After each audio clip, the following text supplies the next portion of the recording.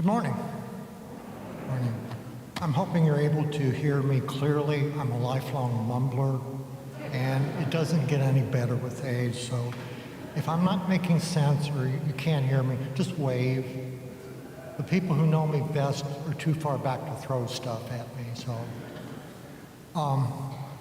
I came to the Cathedral after drifting through a half a dozen parishes in probably more than a dozen years. Coming here in the 90s was not the most pleasant experience. The sanctuary was deteriorating. The carpet, and there was carpet here at that time, had so many rips and valleys in it, it looked like the basis for a skate park. The sound system was not shielded, so every once in a while during Mass you would hear a blast of AC/DC or Nirvana. Most of those coming at really, really, really inopportune times. But I heard other things when I came in here. I heard welcome from the people at the doors. And the pastor at that time was talking about the struggles that he had with his own faith, how he got where he got, and those words spoke to me. So I came back, and I came back, and I continued to come back because I kept hearing those words of welcome and struggle every week. And there were others who came here during that time who followed the same path that I did. I stayed, I started to grow during the renovation here, became involved as a hospitality minister, which was a whole lot simpler then because during the renovation, everything you see up here was in the undercroft, so it was a much more controlled atmosphere and a lot closer to one another. And that made me want to participate even more in this parish. I started finding myself and was drawn to the social concerns and outreach program because I was, in fact, working as a social worker. This parish has forged, in that time period, this parish had forged deep bonds with the St. John's homeless outreach program. There were the foundations of the Nativity Academy, and they developed a sisterhood with the Cathedral of St. Louis and Jeremy, Haiti, and continued to support that church during all its troubles. We began an ID program here. We helped to jumpstart the old health office, which provided financial assistance to Old Louisville and downtown Louisville. We did that with other churches in the area. The whole health office is now Central Louisville Community Ministries, which, by the way, is holding a fundraiser this afternoon at Noble Funk, so keep that in mind. Okay.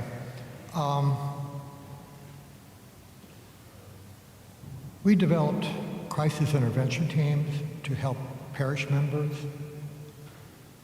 We became involved with the Habitat for Humanity Repair Affair to help those individuals who needed the support, and the lunch program. We've been feeding people out the back door for decades.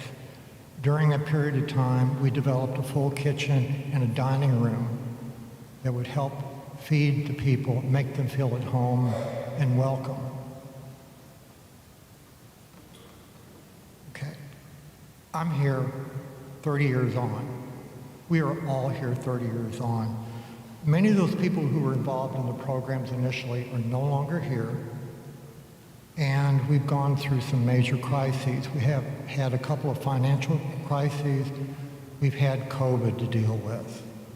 We have lost energy, we have lost people, we've lost focus, but we still strive to be the best that we can be.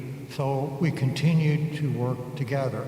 We've welcomed a family and helped a family resettle here from Africa as immigrants. We are working with Catholic Charities and walking with moms in need to provide assistance support to single families. We have been working with St. Augustine and St. Bernard, whatever it's pronounced here, for oneness, moving towards oneness so that we can overcome racial and social isolation. We have met with members of Christ Church Cathedral to begin pooling resources. We've developed our relationship with the House of Ruth, and we now have contact with the Louisville Catholic Bar Association to assist our lunchroom parishioners, and they are parishioners to me. The lunchroom program is the other half of this parish, and we have been paying attention to them. During the COVID shutdown, we were still feeding people out the back door, even though we were closed as an indoor dining room for 67 weeks. We fed 50 to 60 people every day because of the commitment of our volunteers. Since the virus has backed off a little bit, we are feeding over 100 people a day now in our lunchroom, which includes kids and an occasional pet, and I'll get back to that in just a moment. We have students from St. Patrick's who serve lunch once a week. We have 2 groups coming from errands to develop their work and life skills, helping to prepare lunch twice a week. This all sounds really good, and it is really good, but we need more people. We're needing new faces. Believe me when I say that, of the people who serve on the committee, I'm the brake line. I am the oldest of the youngest group. So we have people older than me that are still volunteering here, so we need some fresh blood.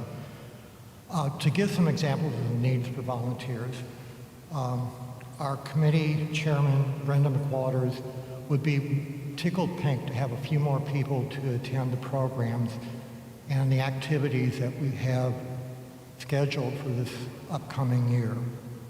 I personally would enjoy having a couple of people volunteer to help coordinate collecting pet food and restocking the pet food, because we have 3 students from 8th grade students from Sacred Heart Model School who were very persistent in pursuing this project for school, and I don't want to disappoint those young ladies and gentlemen, because they probably could figure out where I live, and I don't want that coming back on me. And finally, during COVID shutdown, we lost contact with the health department. The health department was coming once a week to check on the parishioners of the alley to make sure that they were doing okay. We've lost that contact, and we need to redevelop that relationship. So I'd appreciate it very much if you would think about all these activities. And in case you forget everything I've said here, the office staff put this into every bulletin. On one side is formation, the other one is about social services. Please think and pray, and I appreciate every bit of support that you can provide us. Thank you.